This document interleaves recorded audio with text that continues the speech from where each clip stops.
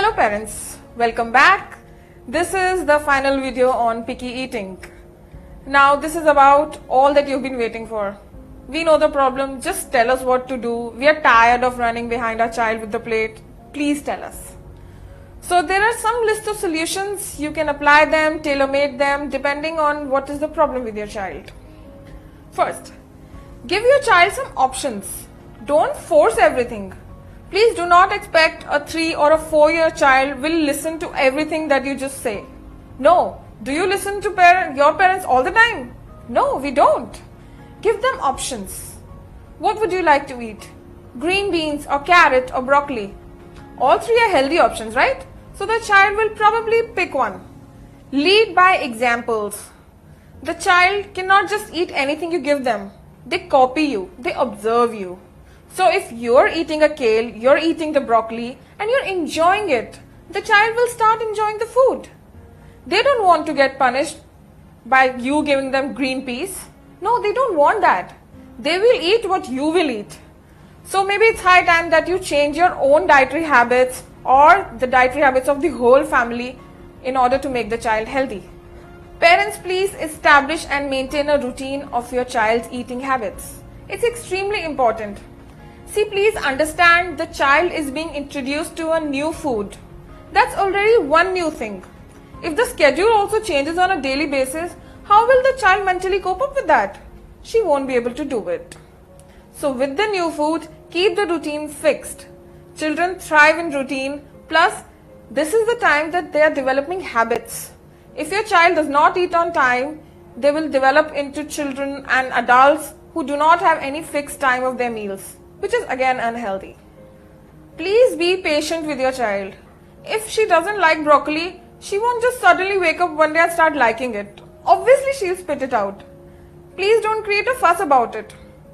Averagely, a toddler has to be exposed to the food 5 to 15 times. So, in case of broccoli, you want the child to eat broccoli, just cut it and put it in a plate. She doesn't eat it, fine. How many times is she not going to eat it? The child is exploring the world. She will explore the broccoli one day. It's fine. Please be patient. Do not make a fuss of it and do not get attached to the thing that she is not eating broccoli. Please do not do that. Also, if your child isn't eating a particular food despite multiple exposures, you change the texture. You saute it. You cook it. It's fine to do some simple cooking methods. They're actually good. They help in getting the nutrients absorbed in a better way. Provided you do not fry everything and give your child just fried foods, even if it's fried vegetables. Parents, mix up the food. Make it interesting. If she's not eating the bell pepper despite multiple exposures, it's fine. Then you mix it up. You add sweet potato if she likes it. You add sweet corn if she likes that. Please don't go on the proportion as of now that she's eating more sweet potato and less of bell pepper. It's fine. Once she develops the habits, she's eventually going to get adapted to it. Sometimes it's not even about food. She might be just grabbing some attention. For example, you're sitting on the dining table talking to your partner about what work you did, how's your work going, what did your boss say, what happened, what did not happen. Now, she doesn't understand that. She's a kid, obviously. So she's going to throw the food on the floor that, come on guys, I'm here too. Talk to me about something I understand, right? So please give her the attention that she wants. This is a negative behavior. She's going to want attention in every aspect in a similar way. Because the child has understood that if I throw something on the floor, I'm getting the attention. I can get things done if I throw stuff on the floor. Please do not let the child behave in that way and give her the attention that she wants at the dining table. If your child comes out to be an extremely picky eater, I'm talking about eaters who gag or choke or just don't swallow, spit everything, the last resort is a food therapist. A food therapist, these are professional people who understand your child's needs, they observe the behavior and they teach them how to eat. But that is an extreme case. Most of the cases, the food therapy is not required unless the child has Down syndrome or some mental disabilities where they cannot eat. Keep on trying. I know, easier said than done, but you'll have to keep on trying. But I can give you the science behind it. Why will it be successful? See, our saliva has proteins who maneuver themselves according to the type of food that we eat. So if I keep on eating processed food, I will develop the taste buds for that, and then I will lose the taste buds for other foods such as homemade food, vegetables, fruits. On the contrary, if I eat a healthy diet, if I eat the needed fruits, vegetables, carbs, then my taste buds will develop according to that. I will lose the taste for processed food, and then I won't demand it anymore. Same is the case with your child. So you have to keep on trying. There is nothing you can do about it. Next, please make it a fun activity. Eating is not just eating for the child. It's exploration. Help the child explore. Be a part of it. For example, let them pick up the vegetable of the day that you're going to cook. Or if not that, let them pick up the color from the rainbow whose vegetable you're going to cook. Yellow, red, orange, whatever. Let them pick up the color. Get involved with the child. This is called positive distraction. Tell them stories. Give them the importance of the food. Tell them how you started eating it. Make them eat the food and guess it. Okay, this is carrot. This is broccoli. This is that. Just give them something interesting on the dining table that they look forward to when they come to the dining table. They're not just going to come to eat. She's a kid. If she doesn't eat, that's okay. She won't understand how much her body needs. She's not an adult. Coming to again mindless eaters. Now how to deal with a mindless eating child who just eats and watches TV? You have to be pretty strong and firm here, parents. It just won't go away. It's better to stop it as soon as possible because after a point of time, it becomes really hard. Children need something interactive, as I said. So tell them stories. Get good utensils. Something good that they can look forward to. While playing on the dining table, telling them stories, laughing, chatting, something good. Or one thing which I usually suggest is turn off the TV, keep the remote somewhere else, and when your child asks, "Mom, give me the remote, at least switch on the TV," just tell them, "Beta, I can't find the remote, I'm sorry, that's not possible." Switch on the mobile phones. Another source. The mobile phones are a huge problem. Keep the tabs away. Just say that there is no charging in the tablet, beta, I can't help it. That's how you do it. As I said, you have to be firm and consistent and not get attached to the diet of the child. It's absolutely fine. You have to learn to draw a line somewhere. Next is make a diet plan. Well, I don't mean a diet plan, but decide that what you want to give to your child. For example, if she picks up the tomato, okay, I want to eat tomato. Then make sure that you are including the tomato in different ways every day. It's not going to be one day thing. At least continue the habit for 21 days at least, and that's when you'll get the result, because by the end of 21 days, your child gets used to eating the tomato. Please be firm and consistent. Again, easier said than done. It's a repetitive habit. You cannot give up. You're tired. Your child is not eating. She's creating a mess. No. You have to be firm and consistent. You need to draw the line. She is going to throw away her tantrums. She is going to do what she has learned. But please, do not provoke this behavior and stay firm, so that the child gets a message that my parents are firm and they are going to stay the way they are. Be ready for tougher days ahead. This is like cleaning a closet. When you clean your closet, there's a whole lot of mess in the beginning. But then slowly, things get organized, right? This is how it's going to work over here. At least for 21 days. It's a 21-day cycle, because after 21 days, the child will develop the habit. Please continue doing that. In case of swallowing issues like Down syndrome or some medical problem, please consult a food therapist and your pediatrician to see how can you do things. Do not force down the things to your child. If she has Down syndrome or some mental disability where she cannot pick up the things, has motor skill problems, then how is she going to eat? She's going to get irritated, have aversion towards food, and that's going to cause a whole lot of problems. Another interesting thing that can be done is food chaining. Now what is that? Just mixing two ingredients, one that the child likes and one that she doesn't like. I gave you the example of bell pepper and sweet potato. Now if sweet potato is 50 grams, bell pepper can be 5 grams. Slowly you decrease the amount of sweet potato and increase the bell peppers. After some time, she will get used to the bell pepper, the taste, and she'll continue eating. Now you take out the sweet potato, and with the bell pepper you introduce green peas or broccoli, something that she doesn't like. That's called food chaining. That means you eliminate one food, you introduce a new one, and you continue doing that. So food chaining is replacing one food with the other, keeping one ingredient common. For example, I told you how you take out sweet potato and introduce green peas or broccoli, whatever she doesn't like. The familiar food here is bell pepper and the non-familiar is the green peas. We talked about food pocketing, how your child keeps the food in the mouth. Many a times they don't know what is in the mouth and what to do with that.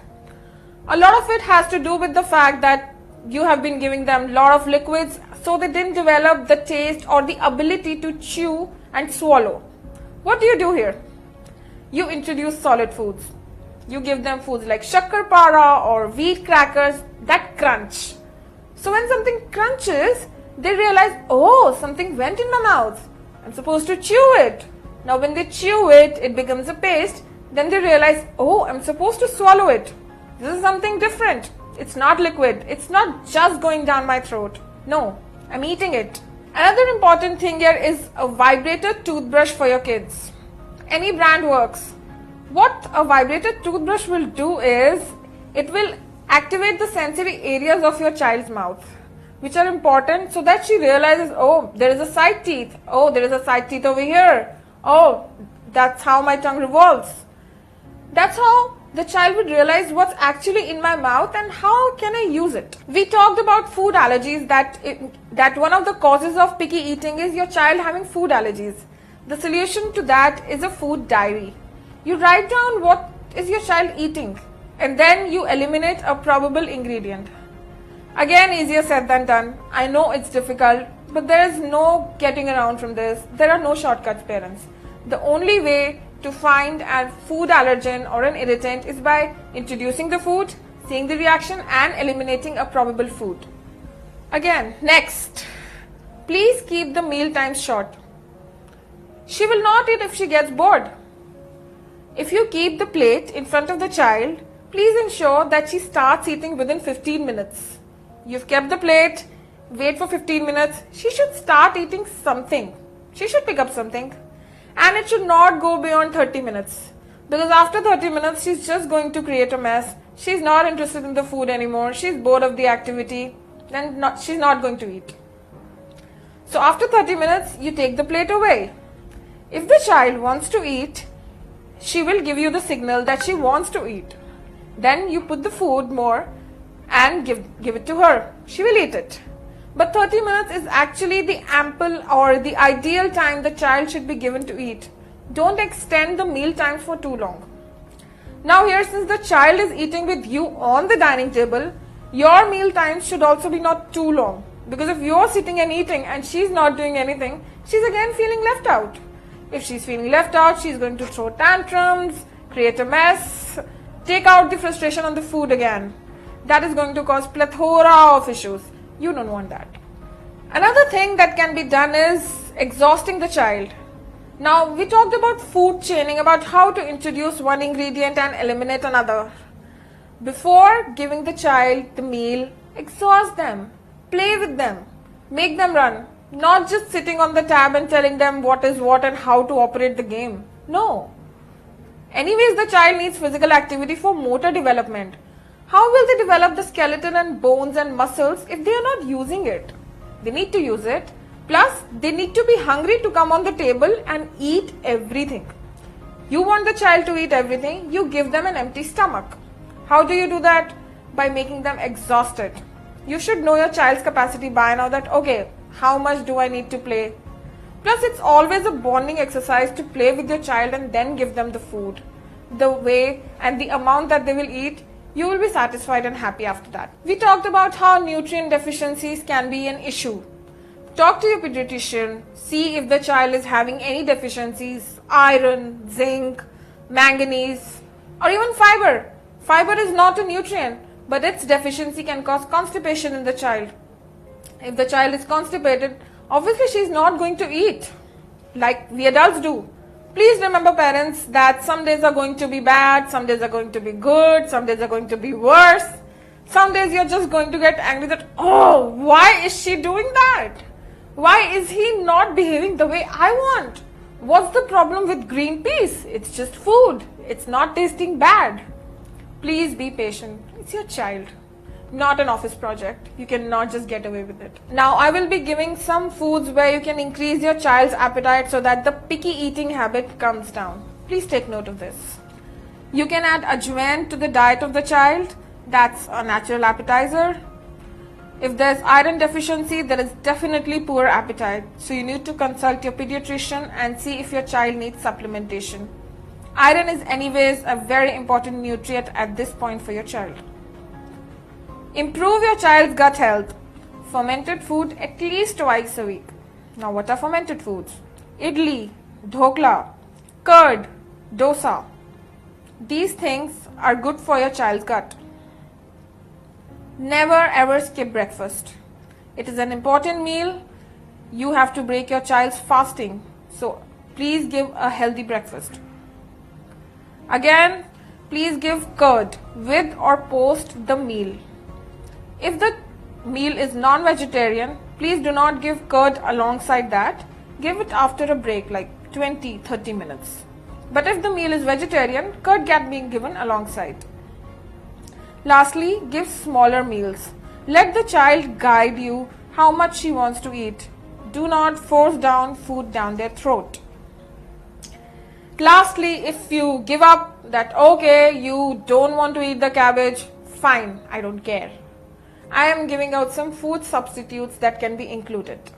Please note, if the child is not having any fruits, or even if one fruit is getting eliminated from the diet as per you, include vegetables or dried fruits like apricot, figs, raisins. If the child has an aversion to meat or chicken, please include fish, tofu, paneer, legumes, eggs. Eggs are extremely important for brain development. Please ensure that you include them. In case the child is lactose intolerant, stick to tofu. Please do not go to paneer. Another common food substitute that is important is milk. Many children do not drink milk. You can give cheeses.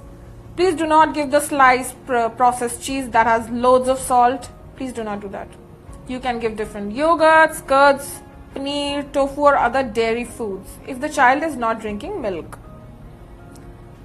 If the child is not having leafy vegetables, you can go for dark yellow, orange and red colored fruits and vegetables. So to conclude the session, parents, please understand that your child's diet is just the diet. Do not make it the center of every damn conversation of your life. It's fine, you can do it. Your child is like wet mud right now. You can make whatever you want. You can give them habits, you can take them away. It's fine. Healthy diet is not about picking some fruits or eating everything or eating nothing. It's a way of life. She will pick up, the child will pick up, it's fine. Just stay firm, consistent and enjoy the process. Thank you.